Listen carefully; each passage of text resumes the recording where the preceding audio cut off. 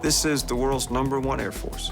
There is no other. All others flee when the U.S. Air Force shows up.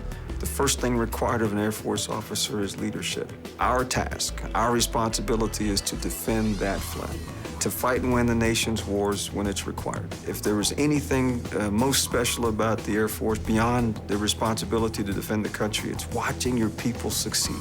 How far you go is determined by the quality of your effort. Doesn't matter where you were born, or your parents' names, or how much money you had, or any of those external factors. The U.S. Air Force doesn't care where you came from. It cares about where you're trying to go. I'm Christian Lewis, First Lieutenant in the United States Air Force. Hi, I'm Carl Jackson. My name's Captain Anthony Pickett. I'm Captain Lisa Wilson. I am an electrical engineer. I'm Colonel Mona Lisa Tucker. I'm the Director of Communications at Headquarters Air Education and Training Command. Major General A.J. Stewart. I'm the commander of the Air Force Personnel Center here in San Antonio, Texas. Growing up with a single mom, I knew that one of the best ways to get out of that sense of poverty was to excel in academics and education. That seemed to be the ticket out of that environment. Not many of my brothers and sisters actually went to school beyond high school. And I was the first one to actually go to a four-year institution and graduate. Some teachers and counselors realized how well I did in math and science, and they tried to kind of push me toward the hard sciences and engineering and things, and that's what stuck. Ever since I was a little kid, I've dreamed of being an Air Force officer.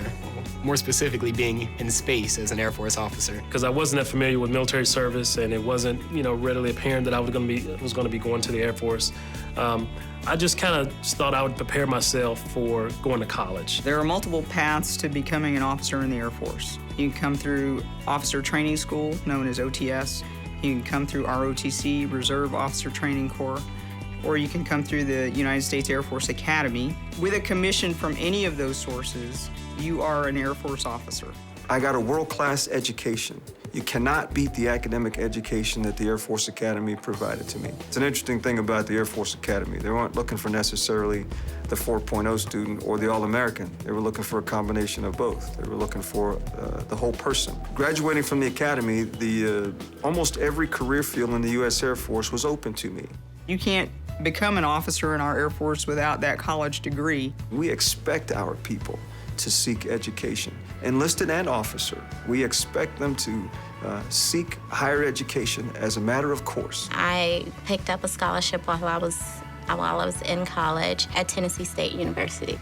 They've also paid for a master's degree. I'm pursuing a second master's, and it's all because of some of the benefits that have been afforded to me in the Air Force. We are very selective about who gets to wear this uniform. It never ceases to amaze me that people will want to come up to me and talk to me and to thank me for my service.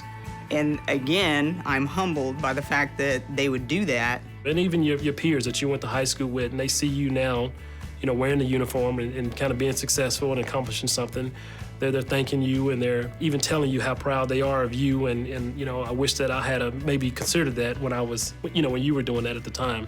So it's just a great feeling. Today, joining the Air Force and becoming an officer is highly competitive. We take America's best and brightest. That's who we're looking for.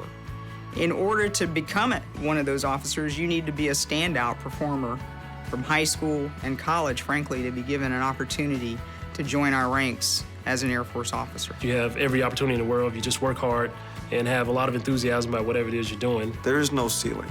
Not once in my 30 years have I ever been denied an opportunity. Have I been discouraged? Work hard, and opportunities will open up to you.